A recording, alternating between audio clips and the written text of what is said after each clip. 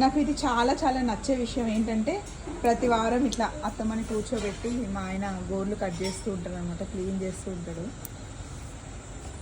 చాలా నీట్గా. అమ్మ నీకేమనిపిస్తుంది అమ్మ చిన్నప్పుడు కన్నకు అట్లా చేసినావు నువ్వు?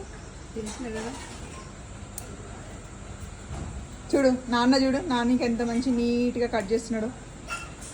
నేను కూడా వాళ్ళకి అదే రేపు పొద్దున నువ్వు కూడా పెద్దగా అయినాక నేను ఇక నాన్నలాగా ఇట్లా కూర్చుంటా, నువ్వు అట్లా కట్ చేయాలి. ఓకే? నువ్వు ఓల్డైనది అన్నిలైట్నే ఉంటావు అమ్మా.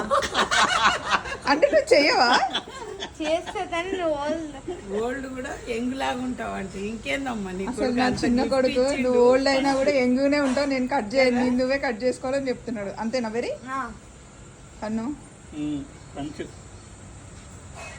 అంత అడుగుతున్నా గోరు ఇట్లా తిరిగిపోతున్నాయి.